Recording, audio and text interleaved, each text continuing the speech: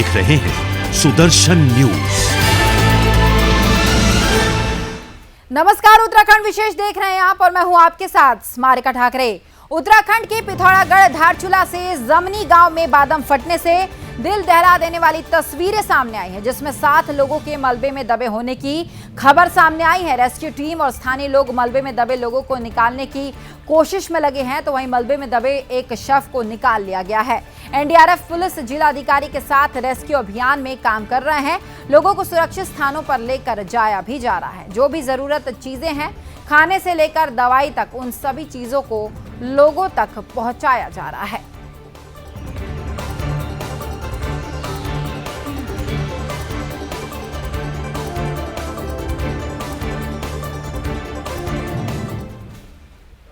देखिए, जो हमें सूचना प्राप्त हुई थी उसके अनुसार लगभग 7 लोगों के मिसिंग होने की संभावना थी, जिसमें से 3 बच्चियों की डेड बॉडीज रिकवर कर ली गई है।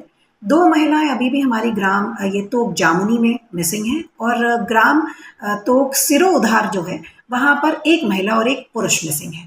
तो ये मलबे में इनके दबे होने की संभावना है और एसडीआरएफ और पुलिस की टीम्स जो है सर्च ऑपरेशंस अभी कर रही हैं। आज जनपद पिथौरागढ़ के सीमांत क्षेत्र धारचूला के तोक जामुनी गांव जुमा तोक पर बादल फटने से वहां पर 7 लोगों के गायब होने की या मलबे में दबे होने की सूचना प्राप्त हुई है। हमारी पूरी टीम वहां पर भेज दी गई है। जिलाधिकारी वहां चले गए हैं, एनडीआरएफ, एसडीआरएफ सारी टीमें वहां चली गई हैं। तो वहीं उत्तराखंड में शुगर्स के एमडी उदय राज सिंह बाजपुर पहुंचे, जहां चीनी मिल का उन्होंने निरीक्षण किया और चीनी मिल की पेराई सत्र को शुरू करने को लेकर की जा रही तैयारियों का जायजा भी लिया और साथ ही चीनी मिल में चल रहे धीमी गति से काम पर उन्होंने नाराजगी व्यक्त की है और अधिकारियों को तेजी से काम पूरा करने के निर्देश दिए हैं।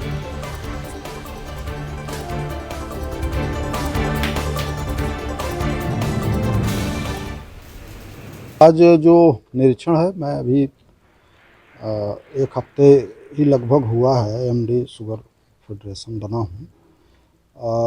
शासन की जो अपेक्षा है वो यह है कि चीनी मिलें समय से चलें और जो भी मेंटेनेंस रिपेयर के काम हैं वो चल तो रहे हैं सब जगह, लेकिन ये हम लोगों को सुनिश्चित करना है कि सारे काम समय से पूरे हो जाएं। तो वहीं पौड़ी में जन्माष्टमी का त्योहार बड़े ही हर्षोल्लास से मनाया जा रहा है। सभी कृष्ण मंदिरों को सजाया जा रहा है। पौड़ी में कृष्ण भक्त अपने छोटे छोटे बच्चों के कृष्ण और राधा के रूप में तैयार कर उनका आशीर्वाद ले रहे हैं। आपको ये बता दें कि अपने ही घरों में कृष्ण भक्त अपने बाल गोपाल के आगमन की तैयारी कर रहे हैं।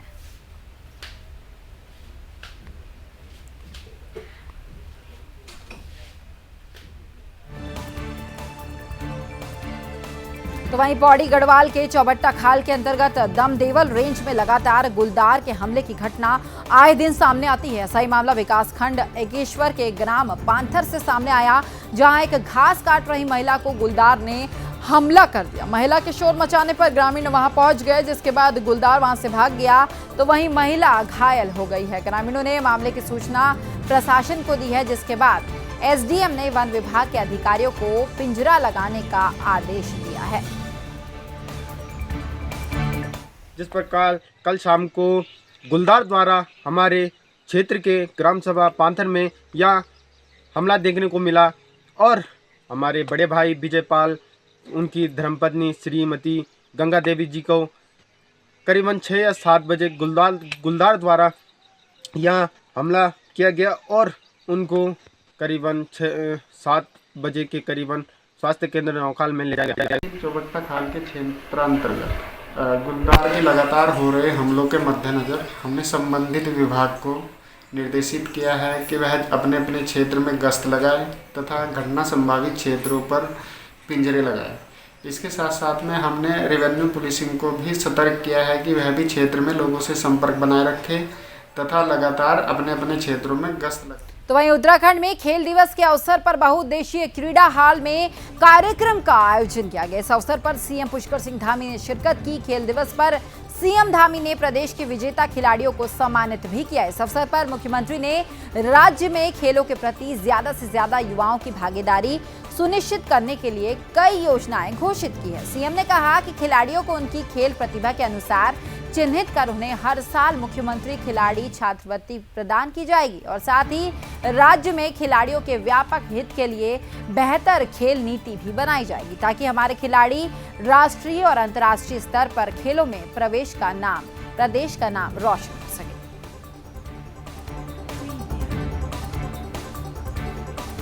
तो वहीं बाजपुर में व्यापार मंडल पदाधिकारी और व्यापारियों ने क्षेत्र में लग रहे हॉट बाजार के विरोध में थाना प्रभारी का घेराव किया है। इस दौरान व्यापारियों ने बाजपुर में लग रहे हॉट बाजार को बंद कराए जाने की मांग की है।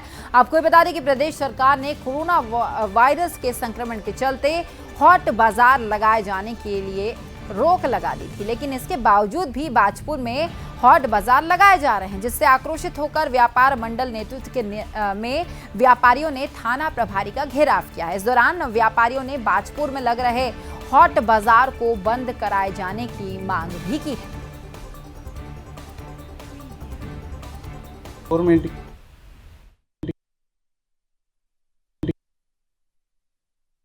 गवर्नमेंट की तरफ से जो हाट बाजार लगता है सोमवार को, ये अभी लगने की परमिशन नहीं है। ये हर बार लगता है। कोरोना काल की तीसरी लहर फिर आने वाली है। दूसरी बात, जहाँ पर हाट बाजार लगने की जगह ही नहीं है, जो मेन बाजार पे लगता है 24 घंटे, उससे जाम रहता है, आने जाने वालों को दिक्कत रहती है।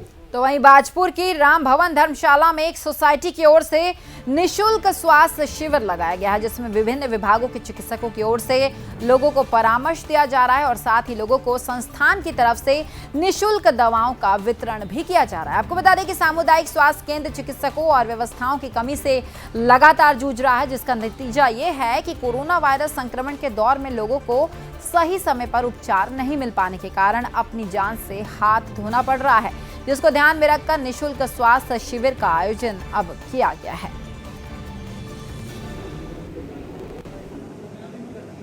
वेलफेयर सोसाइटी की तरफ से एक हेल्थ कैंप का आयोजन किया गया है और इसमें 8 प्रकार के अलग अलग डॉक्टर्स को बुलाया गया है और क्षेत्र में पहले से ही प्रचार प्रसार करके सभी क्षेत्रवासियों को इस हेल्थ कैंप के बारे में बताया गया है। ये एक बहुत अच्छी पहल है और कोविड के काल में लोगों को कुछ मदद की जाएगी सोसाइटी के द्वारा। हम आशा करते हैं कि पुलिस विभाग के लिए भी हम लोग ऐसा ही हेल्थ कैंप लगवाएं। तो वहीं देहरादून के पुलिस लाइन में होने वाली कृष्ण जन्माष्टमी पर होने वाले कार्यक्रम की तैयारियां पूरी कर ली गई है। कृष्ण जन्माष्टमी पर होने वाले कार्यक्रम में मुख्य अतिथि राज्यपाल बेबी रानी मौर्य और मुख्यमंत्री पुष्कर सिंह धामी शिरकत करेंगे। तो वहीं कार्यक्रम में कोविड-19 के प्रोटोकॉल का ध्यान में रखते हुए बैठक की जो ये व्यवस्था है वो की गई है।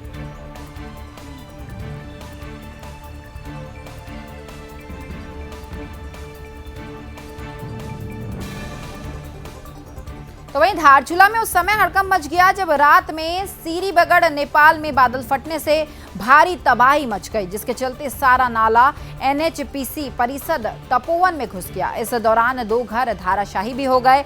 तपोवन में लोगों ने जैसे तैसे अपनी जान बचाई, हर जगह पानी भर गया है। तो वहीं महाप्रबंधक HR मुख्य प्रबंधक PV मिलक ने यह बताया कि जान बच गई है, बाकी बहुत ज्यादा जो है नुकसान हुआ है।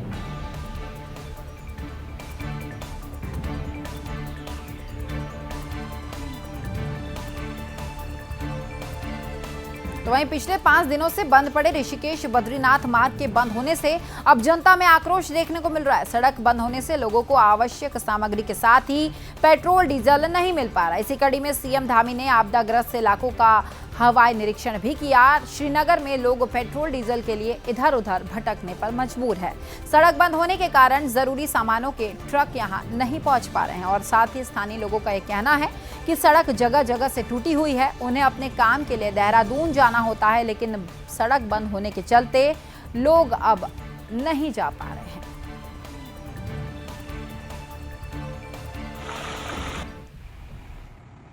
सुबह से खड़े दो दिन हो गए, आज पूरे 2 दिन।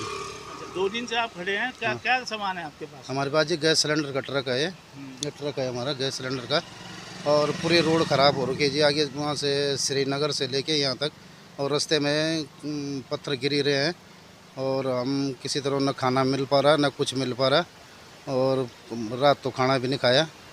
और तब हम जब जेसीबी मशीन लगी वह पत्थर गिरे रहे हैं धीरे धीरे करके हम अब यहाँ तक पहुँच पाए। जितने काम इस समय पुल हो जो अन्य काम हो भी रहे हैं उन पे तमाम भ्रष्टाचार की लिपापोती इन्होंने की है। लेकिन कितनी बड़ी त्रासदी होती जो वहाँ से लोग जैसे निकलते हैं वैसे बच गए। तो ये जो भ्रष्ट और खुद पूर्व मुख्यमंत्री त्रिवेंद्र सिंह रावत की विधानसभा का पुल है। तो वहीं वन मंत्री डॉक्टर हरक सिंह रावत कोटद्वार पहुंचे, जहां वन मंत्री उन स्थानों का स्थलीय निरीक्षण किया जहां भूकटाव के कारण नुकसान हुआ और मीडिया के सवालों का उत्तर देते हुए उन्होंने कहा कि सिंचाई विभाग, वन विभाग, पीडब्ल्यूडी के अधिकारियों को निर्देशित उन्होंने किया जिन स्थानों पर भू कटाव हुआ है वहां पर बाढ़ सुरक्षा दीवार और अन्य काम जल्द से जल्द किया जाए, ये भी उन्होंने कहा।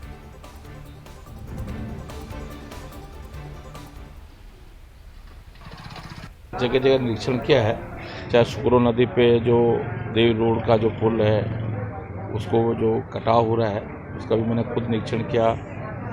चिल्लखाल, सिगड़ी स्रोत, गिमई स्रोत सभी जगह मैं खुद मौके पे गया। उसके बाद मैंने एसडीएम, पीडब्ल्यूडी, सिंचाई, नगर निगम सभी अधिकारियों को बुलाया है। और जो मैंने क्या पूरे क्षेत्र ने देखा है कि बराबर जो है कि ये सुरक्षा दीवार यहाँ पर बनाई जाती है और सिगड्डी स्रोत एक ऐसी नदी है कि जो बहुत भयानक तरीके से पूरा ऊपर से इसमें बाढ़ के तरह से पानी आता है और बार बार सरकारें पूर्व में आती रही जाती रही, प्रयास बराबर किए जाते रहे। लेकिन इस बार जो विशेष प्रयास कोटद्वार विधानसभा को लेकर के विशेष प्रयास किया गया था कि भाई पुल भी बनाए जाएंगे, सड़क भी बनाई जाएंगी। कि क्या ये भाजपा की जीरो टॉलरेंस की सरकार है जो जनता से ये कहती है विश्वास से कि हम जो ये कार्य कर रहे हैं वो गुणवत्ता से कर रहे हैं, उसमें कहीं भी भ्रष्टाचार नहीं है। अगर भ्रष्टाचार है नहीं है तो ये क्या है फिर जो अभी आप देख कर आए हैं, जो यहाँ की जनता देख रही है, जो हमारे साथ जो विश्वासघात किया गया और कहीं भी जो सुरक्षा दीवारें बनाई गई हैं इन 4.5 सालों में जो बनाई गई हैं उनमें कहीं भी गुणवत्ता नहीं है। तो वहीं लक्सर पुलिस को एक बड़ी सफलता हाथ लगी है। पुलिस ने एटीएम बदलकर ठगी करने वाले गिरोह का भांडाफोड़ कर दिया है। आपको बता दें कि क्षेत्र में गिरोह की तरफ से आए दिन लोगों के एटीएम कार्ड बदलकर पैसों की ठगी किए जाने के मामले लगातार सामने आ रहे थे। गिरोह के सदस्यों ने 15 अगस्त को ढाडेकी गांव के युवक की एटीएम बदलकर उसके बैंक खाते से 1,07,000 रुपए की राशि निकाल ली थी, जिसके बाद पीड़ित युवक ने थाने में एफआईआर दर्ज करवाई, जिसके बाद पुलिस ने सीसीटीवी फुटेज के आधार पर आरोपियों को अब गिरफ्तार कर लिया है। फिलहाल आरोपियों से पूछताछ जारी है।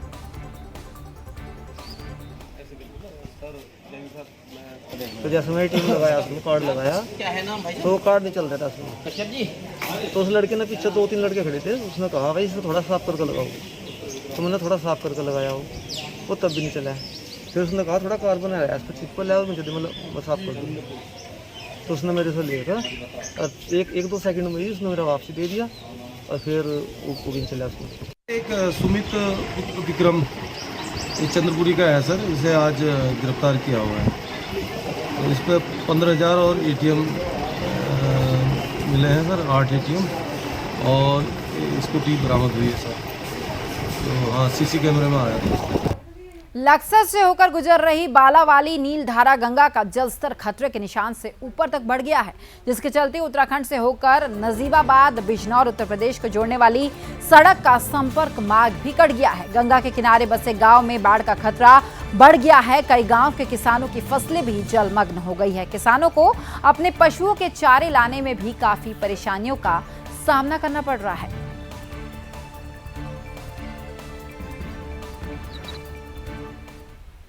परेशानी घास की, डंगर भी दुखी है इससे, हम भी परेशान हैं। जंगल सारा गंगा में टूटा पड़ा, देखने नहीं आता जी यहाँ बरसात के बाद कोई। जब बस एक ही बार आए थे जी, जब वो वहाँ टूटा था नीचे, उसके बाद नहीं आज फिर यहाँ कोई देखा नहीं जी, नहीं उसकी कोई मरम्मत नहीं करी, कोई कुछ नहीं, ना तो मरम्मत करी ना कोई देखने भी आया। मरम्मत की बात दूसरी जी। जिला आपदा कंट्रोल रूम हरिद्वार और सिंचाई विभाग के द्वारा हमें सूचना मिली कि गंगा नदी का जलस्तर 293 जो चेतावनी का लेवल है उससे अधिक हो गया है और इसको दृष्टिगत रखते हुए हमारे द्वारा सभी बाढ़ चौकियों को अलर्ट कर दिया गया है और जो गंगा नदी के तटवर्ती गांव हैं हमारे, उनके मंदिरों और मस्जिदों से ऐलान भी कर दिया है कि कोई भी आदमी गंगा नदी के तटवर्ती क्षेत्रों में न जाए। तो वहीं प्रदेश में 2022 विधानसभा चुनाव का बिगुल बजते ही सभी दल उत्तराखंड की सत्ता में मजबूती के साथ तैयारियों में जुट गए। इसी कड़ी में बीजेपी सह प्रभारी रेखा वर्मा भी मंगलौर पहुंची, जहां उन्होंने कार्यकर्ताओं के साथ बैठक की है। इस दौरान सह प्रभारी रेखा वर्मा ने कहा कि बूथ के लिए सत्यापन अभियान चलाया जा रहा है। रेखा वर्मा ने कहा कि बीजेपी कार्यकर्ता बड़े उत्साह के साथ चुनाव में जाने वाले और साथ ही 60 से अधिक सीट पर प्रदेश में पूर्ण बहुमत के साथ सरकार भी बनाएंगे। यह चुनाव की और हम अपना बूथ मजबूत कर रहे हैं और 2022 के चुनाव में हम लोगों ने बिल्कुल तैयारी शुरू कर दी है।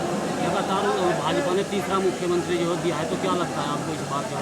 देखिए, हमारे युवा मुख्यमंत्री हैं और बहुत अच्छा कार्य कर रहे हैं। अभी आप विधानसभा भी चला सत्र आपने देखा है, उन्होंने बहुत ही अच्छे निर्णय लिए हैं और उनके नेतृत्व में सरकार है। तो वहीं कैबिनेट मंत्री और मसूरी विधायक जो है वो मसूरी पहुंचे, जहां कैबिनेट मंत्री ने आपदाग्रसित क्षेत्रों का निरीक्षण किया। आपको बता दें कि बारिश के कारण पेट्रोल पंप के पास भूस्खलन हो गया था। भूस्खलन से मसूरी नगर पालिका परिषद के आवासीय 3 घरों में मलबा घुस गया, जिससे तीनों घर पूरी तरह से क्षतिग्रस्त हो गए। तो वहीं घरों में रह रहे लोगों ने किसी तरीके से भागकर अपनी जान बचाई।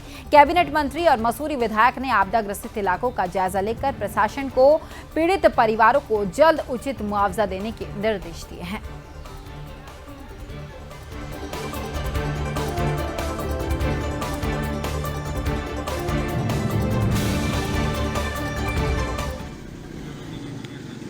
देखिए, शासन द्वारा जो अनुबंधित राशि है, मैंने इस दिन से कह दिया कि आप तुरंत उनको शासन द्वारा जो अनुबंधित राशि तुरंत दें, उनकी राशन की व्यवस्था करें, क्योंकि ये संपत्ति नगर पालिका की है। हमारे एसडीएम साहब ने वहाँ की उससे बात की है कि इसको तुरंत ठीक कराया जाए और फिलहाल उत्तराखंड विशेष में इतना ही, लेकिन सुदर्शन न्यूज में खबरों का सिलसिला लगातार जारी रहेगा। जय हिंद।